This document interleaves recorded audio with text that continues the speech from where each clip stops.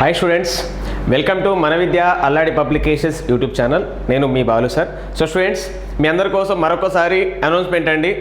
కేంద్ర ప్రభుత్వ పథకాలు కానీ తెలంగాణ రాష్ట్ర ప్రభుత్వ పథకాలు కానీ 2023-24 అంటే ఈ ఆర్థిక సంవత్సరానికి సంబంధించి బడ్జెట్తో సహా కంప్లీట్ ఇన్ఫర్మేషన్ అనేది మీ అందరికి కూడా ఈ బుక్ రూపంలోకి అందుబాటులోకి తీసుకొని రావడం జరిగింది. చూడండి, తెలంగాణ ప్రభుత్వ పథకాలు కేవలం 49 రూపాయలేనండి. అదేవిధంగా కేంద్ర ప్రభుత్వ పథకాలకు సంబంధించి కేవలం 39 రూపాయలు మాత్రమే అండి. చాలా తక్కువ అమౌంట్తో మీకు అందుబాటులోకి తీసుకొని రావడం జరిగింది. ఓకే, మన యాప్ లింక్ అనేది డిస్క్రిప్షన్లో అందుబాటులో ఉంటుంది. మీ అందరూ కూడా మన యాప్ను డౌన్లోడ్ చేసుకోండి. ఈ అనౌన్స్మెంట్ ఏదైతే ఉందో మీ అందరు కూడా చాలా తక్కువ అమౌంట్కి ఇవ్వడం జరుగుతుంది కాబట్టి మీ ఫ్రెండ్స్ కూడా షేర్ చేసే ప్రయత్నం చేయండి. ఓకే స్టూడెంట్స్, సో నెక్స్ట్ ఈరోజు కరెంట్ అఫైర్స్ వీడియో స్టార్ట్ చేసుకుందామండి. సో కరెంట్ అఫైర్స్ స్టార్ట్ చేసే కంటే ముందు నిన్న అడిగిన క్వశ్చన్కి మనము ఎస్టర్డేస్ క్వశ్చన్ ఆన్సర్ చూద్దాం. చూడండి, ఎస్టర్డేస్ క్వశ్చన్: ఏ రాష్ట్ర హైకోర్టు 2017లో గంగా యమునా నదులకు ప్రాణమున్న జీవుల హోదా కల్పించింది? సో దీనికి ఆన్సర్ ఏంటంటే ఉత్తరాఖండ్. ఓకేనా, ఉత్తరాఖండ్ హైకోర్టు 2017లో గంగా యమున నదులకు ప్రాణమున్న జీవుల హోదాను కూడా కల్పించడం జరిగింది. Very very important, Uttarakhand. So ఈరోజు ఫస్ట్ క్వశ్చన్ చూద్దాము. చూడండి, రైలు ప్రమాదాల నివారణకు అమలవుతున్న కవచ్. చూడండి, రైలు ప్రమాదాల నివారణకు అమలవుతున్న కవచ్ అనే వ్యవస్థ యొక్క సెంటర్ ఆఫ్ ఎక్సలెన్స్ ప్రధాన కేంద్రం ఎక్కడ ఉంది? సో ఈ కవచ్ సంబంధించి సెంటర్ ఆఫ్ ఎక్సలెన్స్ ఎక్కడ ఉందట అంటే చూడండి, హైదరాబాద్లోనే ఉంటుందండి. ఓకేనా, హైదరాబాద్లో ఉంటుంది. అసలు కవచ్ స్టార్ట్ చేసింది కూడా హైదరాబాద్ ఏరియాలోనే స్టార్ట్ చేయడం జరిగింది. కవచ్ అంటే రైల్వే ఒక 2 రైళ్లు ఎదురుగా వచ్చినప్పుడు కానీ, ఒకవేళ రైలు ప్రమాదం ఏర్పడే అవకాశం ఉన్నప్పుడు కానీ, అలాంటి పరిస్థితుల్లో ఈ కవచ్ సిస్టమ్ అనేది యాక్టివేట్ అయిపోతుందండి. అట్లీస్ట్ ఒక 50 మీటర్స్ ముందుగానే ట్రైన్ అనేది ఆటోమేటిక్గా ఆగిపోవడం జరుగుతుంది, సిగ్నల్స్ అందడం జరుగుతుంది. సో రైలు ప్రమాదాలను నివారించడం కోసము ఇక్కడ కవచ్ అనే వ్యవస్థని ఇండియన్ రైల్వేస్ ప్రారంభించడం జరిగింది. దానికి సంబంధించిన సెంటర్ ఆఫ్ ఎక్సలెన్స్ ఎక్కడ ఉంటుందంటే హైదరాబాద్లో ఉంటుంది. సో నెక్స్ట్ క్వశ్చన్: ఈ క్రింది ఏ పార్టీలకు జాతీయ పార్టీ హోదా రద్దు చేస్తూ కేంద్ర ఎన్నికల సంఘం నిర్ణయించింది? చూడండి, ఏదైనా పార్టీ, కేంద్ర ఎన్నికల సంఘం అనేది ఏదైనా పార్టీకి జాతీయ పార్టీగా, రాష్ట్ర పార్టీగా గుర్తింపును అందించడం జరుగుతుందండి. అయితే చూడండి, ఇక్కడ రీసెంట్గా కేంద్ర ఎన్నికల సంఘం అనేది తృణమూల్ కాంగ్రెస్ పార్టీ కానీ, సిపిఐ కానీ, ఎన్సిపి నేషనలిస్ట్ కాంగ్రెస్ పార్టీ, ఈ 3 పార్టీలు ఏవైతే ఉన్నాయో వీటి జాతీయ పార్టీ హోదా రద్దు చేస్తూ ఉత్తర్వులు జారీ చేయడం జరిగింది. కాబట్టి ఆప్షన్ డి అనేది మనం ఆన్సర్ అండి. అన్నీ సరైనవే. ఓకేనా, కేంద్ర ఎన్నికల సంఘం నిర్ణయం తీసుకోవడం జరిగిందండి. కేంద్ర ఎన్నికల సంఘానికి సంబంధించిన మనకు ఆర్టికల్, ఇండియన్ కాన్స్టిట్యూషన్లో ఆర్టికల్ ఎంత అంటే ఆర్టికల్ 324 అండి, కేంద్ర ఎన్నికల సంఘము. అదేవిధంగా చూడండి, ఈ కేంద్ర ఎన్నికల సంఘం గురించి తెలియజేసే భాగం రాజ్యాంగంలో భాగం ఎన్నవదట అంటే 15వ భాగము. ఓకేనా, 15వ భాగము రాజ్యాంగంలో ఎన్నికల సంఘం ఎన్నికల వ్యవస్థ గురించి తెలియజేస్తుంది. ఓకేనా, సో నెక్స్ట్ చూద్దాం దీనికి సంబంధించి. నెక్స్ట్ చూడండి, చైనా క్రింది ఏ దేశం యొక్క సముద్ర జలాల్లో గగనతలంపై సైనిక విన్యాసాలు మిలిటరీ డ్రిల్స్ నిర్వహించడానికి జాయింట్ స్వాడ్ అనే పేరు పెట్టింది? ఏ దేశానికి సంబంధించి అంటే తైవాన్ అండి. ఓకేనా, వాస్తవానికి తైవాన్కి చైనాకి మధ్య చాలా కాన్ఫ్లిక్ట్స్ ఉన్నాయండి. ఇందులో అమెరికా కూడా ఇన్వాల్వ్ కావడం జరిగింది. అమెరికా వల్ల కొంత ఈ వివాదం కూడా పెరిగిందనే చెప్పొచ్చు. ఓకేనా, సో తైవాన్ని చుట్టూ గగనతలంలో కానీ, అదేవిధంగా వాటర్లో కానీ చైనా అనేది జాయింట్ స్వాడ్ పేరు మీద మిలిటరీ డ్రిల్స్ చేయడం జరుగుతుంది. దానికి సంబంధించి రీసెంట్గా న్యూస్లోకి రావడం జరిగింది. Very very important. సో చైనాకి సంబంధించి జపాన్తో కానీ, భారతదేశంతో కానీ, హాంకాంగ్తో కానీ, తైవాన్తో కానీ, ఇంకా భూటాన్తో కానీ చాలా దేశాలతో, దాదాపు 14 దేశాలతో బార్డర్ డిస్ప్యూట్స్ ఉన్నాయండి. భూ వివాదాలు, అదేవిధంగా సరిహద్దు వివాదాలు కూడా ఉన్నాయి. కాబట్టి చైనా ఎప్పుడు న్యూస్లో ఉంటుంది, ఎప్పుడు కాంట్రవర్సీలో ఉంటుంది, ఖచ్చితంగా ఇక్కడ నుంచి అడగవచ్చు. ఈవెన్ రీసెంట్గా తెలంగాణ స్టేట్లో ఎస్ఐ ఎగ్జామ్స్, మెయిన్స్ ఎగ్జామ్స్లో కూడా ఇక్కడ ఆపరేషన్ స్లైసింగ్ గురించి కూడా అడగడం జరిగింది. చైనా ఒకేసారి ఒక దేశాన్ని కానీ, ఒక ప్రాంతాన్ని కానీ ఆక్రమించదండి, కొద్ది కొద్దిగా ఆక్రమించడం జరుగుతుంది. దానికే స్లైసింగ్ అనే పేరు పెట్టడం జరిగింది. దాని గురించి కూడా ఎస్ఐ మెయిన్స్లో అడగడం జరిగింది. సో దీని గురించి కూడా మనం ఖచ్చితంగా గుర్తుపెట్టుకోవాలి. జాయింట్ స్వాడ్ చూద్దాం. చూడండి, యుద్ధానికి మేము సిద్ధం. చూడండి, తైవాన్ చుట్టూ సైనిక విన్యాసాల అనంతరం చైనా ప్రకటన. ఓకేనా, చైనా అనేది యుద్ధానికి సిద్ధమని చెప్పడం జరిగింది. చూడండి, చైనా ఉద్ధృతుల నేపథ్యంలో సైనిక విన్యాసాల్లో పాల్గొన్న తైవాన్ యుద్ధ నౌకలు. ఓకేనా, తైవాన్ కూడా తన జాగ్రత్తలు తాను తీసుకోవడం జరుగుతుందండి. ఓకేనా, మీకు ఆల్రెడీ చెప్పినామంటే జాయింట్ స్వాడ్ గురించి. సో జాయింట్ స్వాడ్, సో యుద్ధానికి మేము సిద్ధమని చైనా చెప్తుందండి. అదేవిధంగా తైవాన్ కూడా దానికి సిద్ధం కావడం జరుగుతుందండి.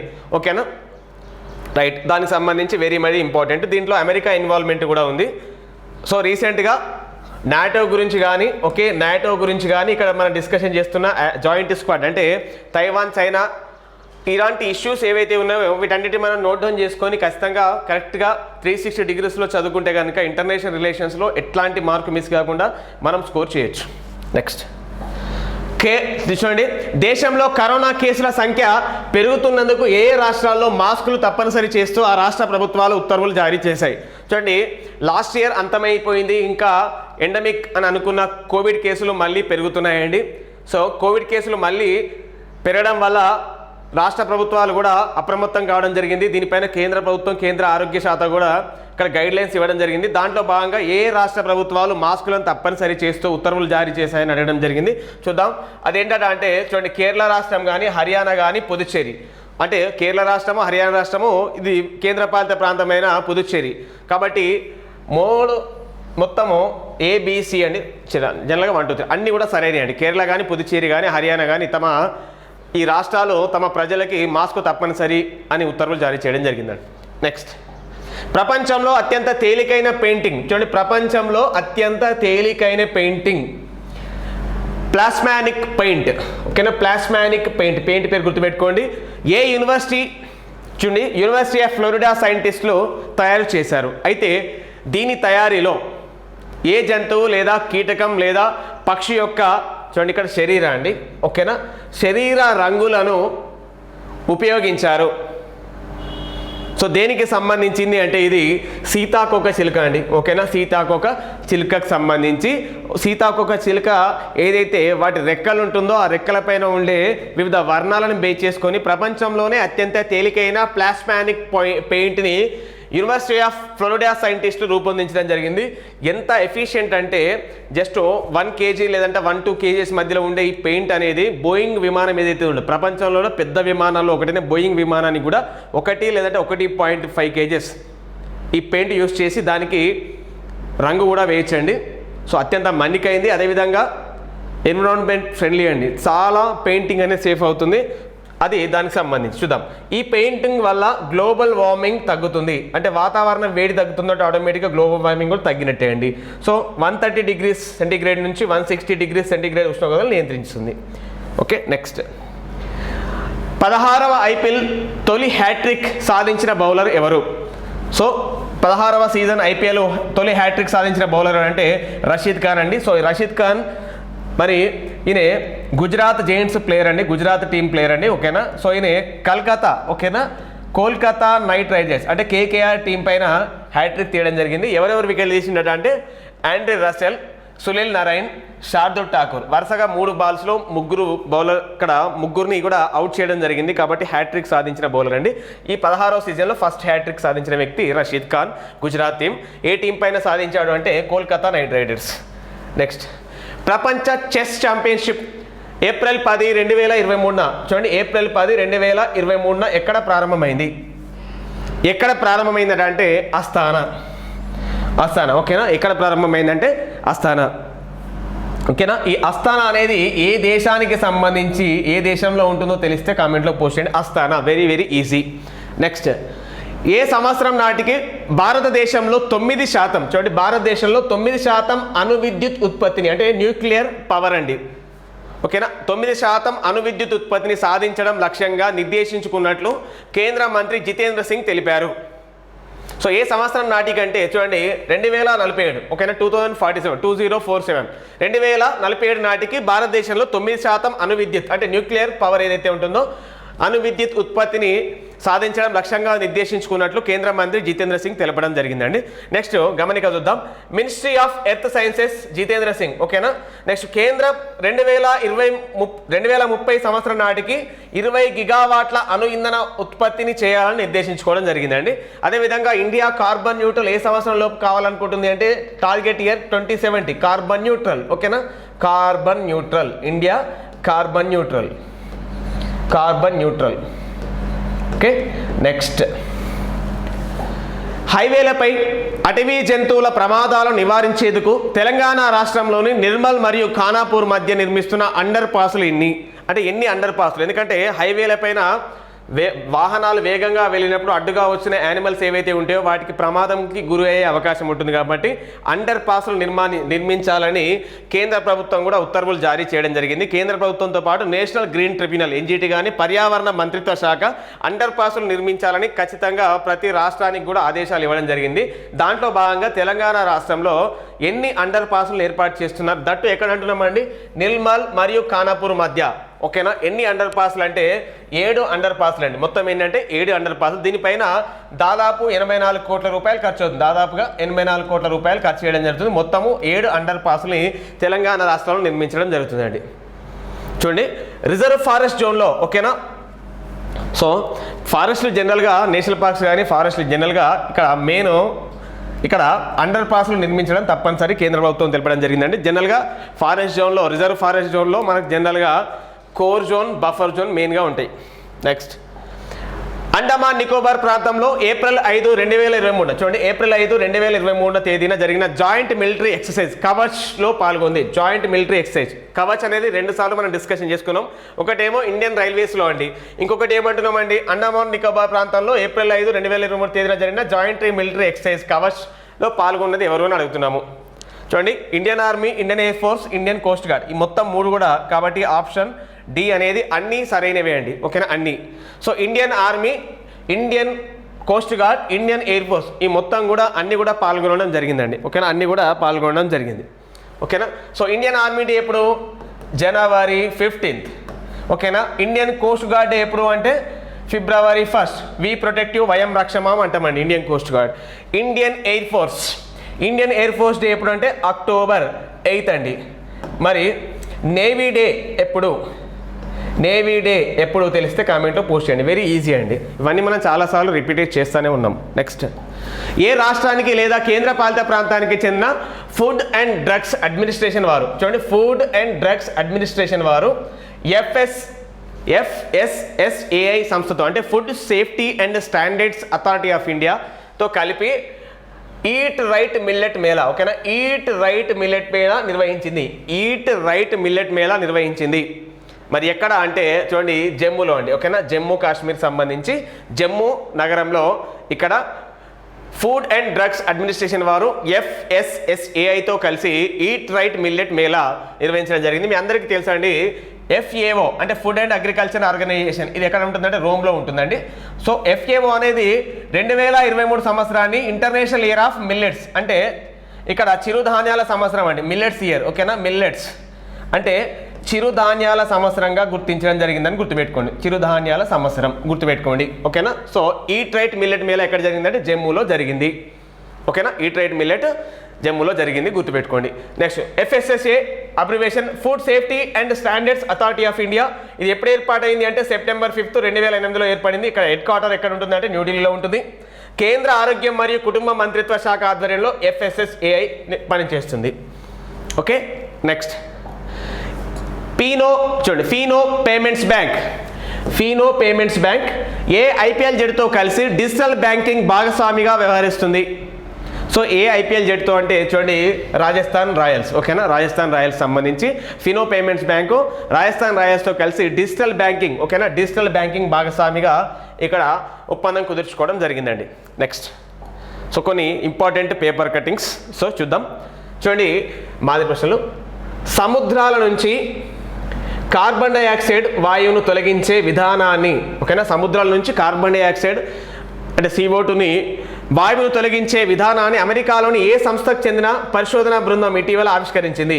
సో ఏ సంస్థ అంటే మసాచుసెట్స్ ఇన్స్టిట్యూట్ ఆఫ్ టెక్నాలజీ అండి, MIT అంటాం. ఓకేనా, మసాచుసెట్స్ ఇన్స్టిట్యూట్ ఆఫ్ టెక్నాలజీ చాలా ఫేమస్, వరల్డ్ ఫేమస్ ఇది ఇన్స్టిట్యూట్ అండి. ఓకేనా, చూడండి, మానవ కార్యక్రమాల వల్ల గాలిలో కార్బన్ డైఆక్సైడ్ స్థాయిలు పెరిగిపోతున్నాయి.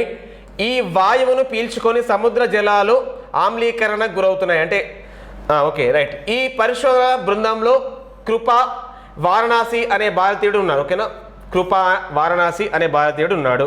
నెక్స్ట్, ఏషియా ఎకనామిక్ డైలాగ్ 2023 సమావేశాన్ని 2023 ఫిబ్రవరిలో ఎక్కడ నిర్వహించారంటే చూడండి, ఏషియా ఎకనామిక్ డైలాగ్ 2023 పూణేలో నిర్వహించారు. ఓకేనా, పూణేలో అంటే మహారాష్ట్రలోని పూణేలో.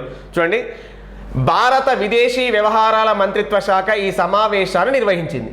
Asia and the emerging world order. చూడండి, Asia and the emerging world అనే థీమ్తో ఈ సమావేశాన్ని నిర్వహించారు. చూడండి, జియో ఎకనామిక్స్ అనే అంశంపై ఈ సమావేశంలో ప్రధానంగా చర్చించారు. నెక్స్ట్ హాసాంగ్. చూడండి, హౌసాంగ్ 15 అనేది ఏ దేశానికి చెందిన ఖండాంతర బాలిస్టిక్ క్షిపణి. హాస్వాంగ్ అనేది ఏ దేశం అంటే నార్త్ కొరియా అండి, అంటే ఉత్తర కొరియాకి సంబంధించి. నెక్స్ట్ చూడండి, 2023 అంతర్జాతీయ చిరుధాన్యాల సంవత్సరం సందర్భంగా భారత ప్రభుత్వం చిరుధాన్యాలపై పరిశోధన అవగాహన కోసం ఏ పేరుతో ప్రత్యేక కార్యక్రమాన్ని ప్రారంభించింది? ఏ కార్యక్రమం అంటే ఏ పేరుతో అంటే seed money. Very much important, ఓకేనా? సీడ్ మనీ గుర్తుపెట్టుకోండి. సీడ్ మనీ అనే పేరు మీదుగా భారత ప్రభుత్వం చిరుధాన్యాలపైన పరిశోధన మరియు అవగాహన కోసం ఒక ప్రత్యేక కార్యక్రమాన్ని రూపొందించడం జరిగింది. నెక్స్ట్ చూడండి, మొదటి షేన్ వార్న్ పురుషుల test player of the year 2023ని ఎవరు గెలుచుకున్నారు? మీకు రీసెంట్గా 2022 సంవత్సరంలో ఆస్ట్రేలియా, 2021 సంవత్సరంలో ఆస్ట్రేలియా మాజీ వైస్ కెప్టెన్, ఆస్ట్రేలియా మాజీ స్పిన్నర్, ప్రపంచంలోనే టెస్ట్ క్రికెట్లో అత్యధికంగా వికెట్ తీసిన one of the bowler, top 2 బౌలర్లో ఒకరైన షేన్ వార్న్ చనిపోవడం జరిగింది. ఆయన పేరు మీదుగా ఆస్ట్రేలియా క్రికెట్ జట్టు test cricketer of the year award ఇవ్వడం జరుగుతుంది. సో ఆ విధంగా మొదటిసారిగా ఎవరికి అవార్డు వచ్చిందంటే ఉస్మాన్ ఖవాజా, ఈయన ఆస్ట్రేలియాకి సంబంధించిన ప్లేయర్ అండి. నెక్స్ట్ చూడండి, NRAI అధ్యక్షుడిగా కలికేష్ అని ఇవ్వడం జరిగిందండి. కలికేష్ నారాయణ్ సింగ్, ఓకేనా? కలికేష్ నారాయణ్ సింగ్ దేవ్ భారత జాతీయ రైఫిల్ సంఘం, ఓకేనా? భారత జాతీయ అంటే ఇండియన్ నేషనల్ రైఫిల్ అసోసియేషన్ ఏదైతే ఉందో దానికి సంబంధించి అధ్యక్షుడిగా ఎన్నిక అవ్వడం జరిగింది దీనికి సంబంధించి. నెక్స్ట్ ప్రస్తుత అధ్యక్షుడు రణ్దీప్ సింగ్ పదవీ కాలం అనేది ముగియడంతో ఉపాధ్యక్షుడిగా ఉన్న కలికేష్ ఆ స్థానంలో, అంటే ఎవరి ప్లేస్లో రావడం జరిగిందంటే రణ్దీప్ సింగ్ ప్లేస్లో రావడం జరిగింది. జాతీయ క్రీడా నియమావళి ప్రకారం ఏ వ్యక్తి కూడా ఒక సంఘానికి 12 ఏళ్లకు మించి అధ్యక్షుడిగా ఉండకూడదు. ఏ వ్యక్తి కూడా ఒక సంఘానికి భారత క్రీడా నియమావళి ప్రకారం 12 సంవత్సరాల కంటే మించి ఉండకూడదు. నెక్స్ట్ చూడండి, ఇండియా నుంచి $10 బిలియన్ విలువైన ఫోన్లు ఎగుమతుల గురించి ఇవ్వడం జరిగిందండి. చూడండి ఒకసారి, మరి చూడండి, కన్స్యూమర్ ఎలక్ట్రానిక్స్ స్థానికంగా తయారయ్యేలా కేంద్ర ప్రభుత్వాలు తీసుకున్న నిర్ణయాలు ఫలితాలు ఇస్తున్నాయి. ఈ ఏడాది మార్చి 31తో ముగిసిన ఆర్థిక సంవత్సరంలో ఇండియా 85,000 కోట్లు, చూడండి, ఇండియా 85,000 కోట్లకు పైగా విలువైన మొబైల్ ఎగుమతులు సాధించింది. 85,000 కోట్లు అండి, అంటే దాదాపు $10 బిలియన్ అంటాము, ఓకేనా? ఇది అద్భుతమైన విజయం అని India cellular and electronics association comment చేసింది. సంస్థ అందించిన డేటా ప్రకారం, చూడండి, 2022-23 ఆర్థిక సంవత్సరంలో ప్రొడక్షన్ లింక్డ్ ఇన్సెంటివ్ PLI, ఓకేనా? ప్రొడక్షన్ లింక్డ్ ఇన్సెంటివ్ ప్రోగ్రామ్ కారణంగా తయారీలో చూడండి $10 బిలియన్ విలువైన స్మార్ట్ ఫోన్లు ఎగుమతులు సాధించాయి. ఓకే, స్థానిక తయారీకి ప్రభుత్వం అందిస్తున్న ప్రోత్సాహకాలు మొబైల్ ఫోన్ ప్రక్రియ పరిశ్రమకు ఎంతో ఉపనిస్తున్నాయి. స్మార్ట్ ఫోన్ ఎగుమతులు కిందటి ఆర్థిక సంవత్సరం ఇదే కాలంతో పోలిస్తే రెట్టింపు అయ్యాయి, ఓకేనా? సో ఎగుమతులు అనేది లాస్ట్ ఇయర్తో పోలిస్తే ఇప్పుడు రెట్టింపు డబల్ కావడం జరిగింది. చూడండి, మన దేశంలో ప్రపంచంలోనే రెండవ అతిపెద్ద మొబైల్ ఫోన్ తయారీదారుగా నిలిచింది. ప్రపంచంలోనే రెండవ అతిపెద్ద మొబైల్ తయారీదారి దేశం భారతదేశం. చూడండి, ఇండియాలో అమ్ముడవుతున్న స్మార్ట్ ఫోన్లలో 97% పైగా ఇప్పుడు స్థానికంగానే తయారవుతున్నాయి. ఇప్పుడు ఇండియాలో అమ్ముతున్న సెల్ ఫోన్లు ఏవైతే ఉన్నాయో 97% ఇండియాలోనే తయారవుతున్నాయండి. ఇండియా నుంచి ప్రస్తుతం UAE, అమెరికా, నెదర్లాండ్, UK, ఇటలీకి భారీగా ఫోన్లు వెళ్తున్నాయి. సో ఇండియా నుంచి అమెరికా కానీ, UAEకి కానీ, నెదర్లాండ్ కానీ, UK కానీ, ఇటలీకి కానీ ఇలా భారీ స్థాయిలో మన ఫోన్లు ఎగుమతి చేయడం జరుగుతుందండి. చూడండి, భారత ఫోన్ పరిశ్రమ $40 బిలియన్ తయారీ ఉత్పత్తిని దాటిందని ఇక్కడ పంకజ్ మొహింద్రు, ఈయన ఎవరు అంటే ఇక్కడ Indian cellular and electronic association సంబంధించిన చైర్మన్ అండి, ఓకేనా? తెలపడం జరిగింది. నెక్స్ట్ ఓర్లిన్ మాస్టర్స్ విన్నర్స్ ఎవరైనా అంటే ప్రియాంశు. చూడండి, ఇండియా యంగ్ షట్లర్, ఓకేనా? ఈయన ఏ ప్లేయర్ అంటే బ్యాడ్మింటన్ షట్లర్ అండి. ఓర్లిన్ మాస్టర్స్ టైటిల్ని ప్రియాంశు రజావత్ విజయం సాధించడం జరిగిందండి. సో ఎవరిపైన విజయం సాధించారంటే మ్యాగ్నస్ జొనాసెస్ ఈయన డెన్మార్క్ సంబంధించిన ప్లేయరు. సో చూడండి, ఆయన నెగ్గడం జరిగింది. ఇక్కడ ఇండియన్ ప్లేయర్కు ఇది తొలి BWF world tour super 300 title, ఓకేనా? ఒక ఇండియన్ ప్లేయర్కి సంబంధించి తొలి BWF అంటే బ్యాడ్మింటన్ వరల్డ్ ఫెడరేషన్ సంబంధించి వరల్డ్ టూర్ సూపర్ 300 ఇక్కడ సూపర్ 300 టైటిల్ కావడం విశేషం. ఇది గుర్తుపెట్టుకోండి, ఓకేనా. నెక్స్ట్ చూడండి, ఇక్కడ జోజిలా టన్నెల్ గురించి మనం డిస్కషన్ చేస్తున్నాం. అది జోజిలా టన్నెల్ చూడండి, జమ్మూ కాశ్మీర్లోని గాందర్బల్ బల్తాల్ ప్రాంతంలో ఆసియాలోనే అతి పొడవైన జోజిలా టన్నెల్ చూడండి. దీని పొడవు ఎంత అంటే 14.2 కిలోమీటర్స్ అండి, ఓకేనా. 14.2 కిలోమీటర్స్ పొడవు జోజిలా టన్నెల్ అండి. ఇది జోజిలా టన్నెల్. ఈ జోజిలా టన్నెల్ ఎక్కడ ఉందని అడిగే అవకాశం ఉంటుంది. జమ్మూ కాశ్మీర్లో జోజిలా టన్నెల్ ఉంటుందండి. ఈ సొరంగ మార్గం ఇప్పటివరకు 6 కిలోమీటర్ల చూడండి 6 కిలోమీటర్ల పనులు పూర్తి. ఇప్పటివరకు 6 కిలోమీటర్స్ ఫినిష్ కావడం జరిగింది. 2026 సంవత్సరం నాటికి సొరంగం అందుబాటులోకి వస్తుందని అధికారులు చెప్పారు, ఓకేనా. అంటే ఇది 2026 కల్లా పూర్తి అవుతుందండి, ఓకేనా. సో ఇప్పటికి ఆల్రెడీ 6 కిలోమీటర్స్ అయిపోయిందండి, మొత్తము 14.2 కిలోమీటర్స్ పూర్తి చేయాలి. Next question of the day చూడండి, భారతదేశంలో మహిళలను ఉరితీసే జైలు ఎక్కడుంది? వెరీ వెరీ ఇంపార్టెంట్ క్వశ్చన్ అండి. సో ఇలాంటి కొంచెం ఇంట్రెస్టింగ్ క్వశ్చన్స్ కూడా చేసే ప్రయత్నం చేయండి. భారతదేశంలో మహిళలను ఉరితీసే జైలు ఎక్కడ ఉంది? ఓకే, ఆన్సర్ తప్పనిసరిగా ప్రతి ఒక్కరూ కామెంట్లో పోస్ట్ చేయండి, ఓకేనా. Thank you students, thank you for watching.